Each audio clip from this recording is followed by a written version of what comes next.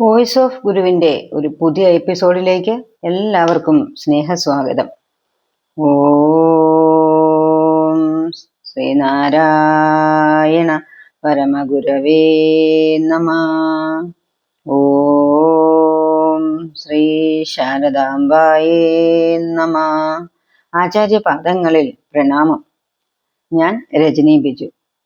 ഭഗവാന്റെ ഈ മധുരവാണികൾ ശ്രവിക്കുവാൻ ഭാഗ്യം ലഭിച്ച എല്ലാ സുഹൃതികൾക്കും എൻ്റെ വിനീത നമസ്കാരം. ഗുരുസാഗരം ആധ്യാത്മിക കുടുംബ മാസികയിലെ പങ്ക്തികളെ വായിച്ചു കേൾപ്പിക്കുകയാണ് വോയിസ് ഓഫ് ഗുരു എന്ന ഈ ചാനൽ. ഭാരത ചരിത്രത്തിലെ 19ാമത്തെ മഹാപുരാണം ശ്രീമദ് നാരായണ ഗുരുപുരാണം നമോ ഭഗവതേ ഗുരുസാഗരം മാസികയിൽ പ്രസിദ്ധീകരിച്ചു തുടങ്ങിയിരിക്കുന്നു. മുടങ്ങാതെ വായിക്കുവാൻ കോപ്പികൾ ഉടൻ തന്നെ ഉറപ്പാക്കുക. വായിക്കുവാനും വരിക്കാരാകുവാനും സ്ക്രീനിൽ കാണുന്ന നമ്പറിൽ കോൺടാക്ട് ചെയ്താൽ മതിയാവും. ഇനി ഇന്നത്തെ വായനയുടെ വിഷയം എന്താണെന്ന് നോക്കാം. ശ്രീമദ് നാരായണ ഗുരുപുരാണം നമോ ഭഗവതേ, അധ്യായം 4, ഭാഗം 3. 4 അടിസ്ഥാന തത്വങ്ങൾ. ബോധോദയത്തെ തുടർന്ന് ബുദ്ധൻ ദുഃഖ നിവാരണത്തിനായി സ്വീകരിക്കാവുന്ന 4 തത്വങ്ങളാണ് പ്രധാനമായും ഉപദേശിച്ചത്. ലൗകിക ജീവിതം ദുഃഖമയമാണ്. ദുഃഖത്തിന്റെ കാരണം ആഗ്രഹങ്ങളാണ്. ആഗ്രഹങ്ങൾ ഇല്ലാതാക്കിയാൽ ദുഃഖത്തെ മറികടക്കാം. അഷ്ടാംഗമാർഗം അനുഷ്ഠിച്ചാൽ ആഗ്രഹങ്ങൾ ഇല്ലാതാകും. അഷ്ടാംഗമാർഗങ്ങൾ: ശരിയായ ജ്ഞാനം, സമ്യക് ജ്ഞാനം; ശരിയായ സങ്കല്പം, സമ്യക് സങ്കല്പ; ശരിയായ വാക്ക്, സമ്യക് വാക്ക്; ശരിയായ കർമ്മം, സമ്യക് കർമ്മ; ശരിയായ ജീവിതമാർഗം, സമ്യക് ജീവനം; ശരിയായ പരിശ്രമം, സമ്യക് വ്യായാമം; ശരിയായ ചിന്ത, സമ്യക് സ്മൃതി; ശരിയായ ഏകാഗ്രത, സമ്യക് സമാധി. ബുദ്ധന്റെ ദർശനം. സൂത്തപിടകത്തിലെ കഥകളിൽ നിന്നാണ് ബുദ്ധദർശനം നമുക്ക് ലഭിക്കുന്നത്. ചില കഥകൾ ബുദ്ധന്റെ അത്ഭുതങ്ങളാണ്. അതും ഒരുതരം പുരാണമായി കണക്കാക്കാം. അവിശ്വസനീയമായ കഥകൾ പലതും സൂത്തപിടകത്തിലുണ്ട്. ബുദ്ധദർശനം യുക്തിചിന്തയിലും യാഥാർത്ഥ്യബോധത്തിലും ഊന്നിയാണ് നിലകൊള്ളുന്നത്.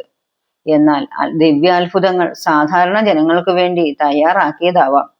ബുദ്ധദർശനം അനുസരിച്ച് ലോകം നിരന്തരം മാറിക്കൊണ്ടിരിക്കുന്നു. അതിൽ ശാശ്വതമോ അനശ്വരമോ ആയി ഒന്നുമില്ല. ലോകത്തിന് ആത്മാവില്ല.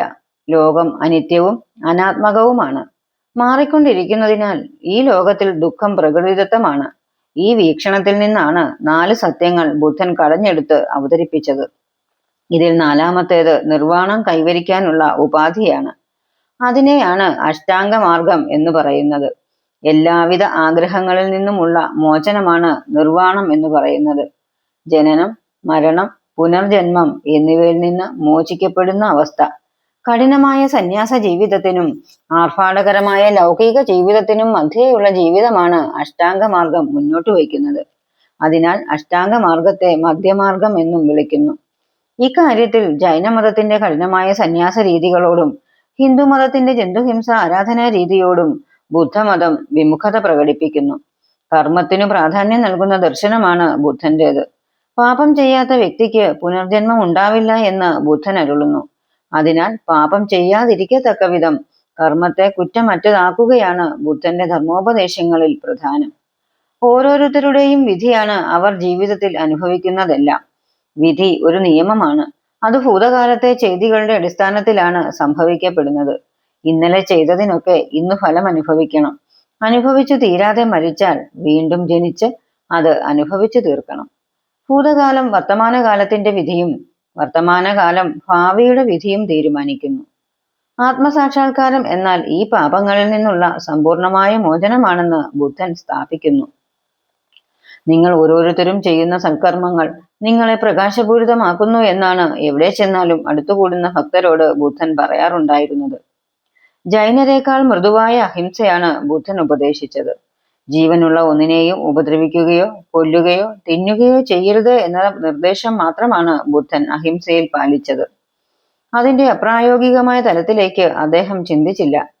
ജൈനമതത്തിന്റെ പരാജയങ്ങളിൽ ഒരു കാരണം അഹിംസയിൽ അവർ പുലർത്തിയിരുന്ന അപ്രായോഗിക നിഷ്ഠകളായിരുന്നു.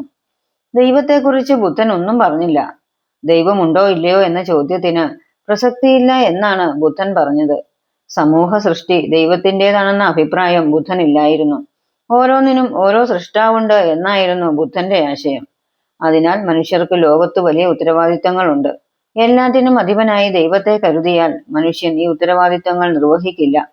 പകരം ദൈവത്തെ പറഞ്ഞുകൊണ്ടേയിരിക്കും. എന്നാൽ മനുഷ്യൻ ചെയ്യേണ്ടത് മാത്രം ചെയ്യുക. ദൈവമുണ്ടോ ഇല്ലയോ എന്ന് അന്വേഷിക്കേണ്ടതിന്റെ ആവശ്യമില്ല. രാജാക്കന്മാരും ഗൃഹനാഥന്മാരും ദയാലുക്കളും സഹാനുഭൂതി ഉള്ളവരും സദാചാരനിഷ്ഠ ഉള്ളവരുമായിരിക്കുക. സമൂഹ നന്മയെ ലക്ഷ്യമാക്കി വേണം കർമ്മം ചെയ്യേണ്ടത്. ആത്മാവിനെക്കുറിച്ച് ബുദ്ധൻ ഒന്നും പറഞ്ഞില്ല. അതിന്റെ സത്തയെ നിഷേധിക്കുകയും ചെയ്തു. വേദങ്ങളുടെ അപ്രമാദിത്വത്തെയും അവയുടെ പ്രഭാവത്തെയും ബുദ്ധൻ പരിഗണിച്ചില്ല. മൃഗബലിയെ എതിർത്തു. നിരർത്ഥകമായ യാഗാദികളും യജ്ഞങ്ങളും നിർത്തുവാൻ ആവശ്യപ്പെട്ടു. ദൈവത്തിന് ബലി കൊടുത്താൽ പാപം തീരുമെന്ന് പറയുന്നതും പുരോഹിതൻ പ്രാർത്ഥിച്ചാൽ തനിക്ക് ഗുണം ലഭിക്കുമെന്ന് വിശ്വസിക്കുന്നതും വിഡ്ഢിത്തമാണെന്നും ബുദ്ധൻ പറഞ്ഞു. അതേപോലെ വർണ്ണാശ്രമത്തിൽ അധിഷ്ഠിതമായ ജാതി വ്യവസ്ഥയെയും ബുദ്ധൻ നിഷേധിച്ചു. ഇതോടെ ഇന്നത്തെ വായന പൂർണ്ണമാകുന്നു. അടുത്തയാഴ്ച വീണ്ടും കാണാം. നമസ്തേ.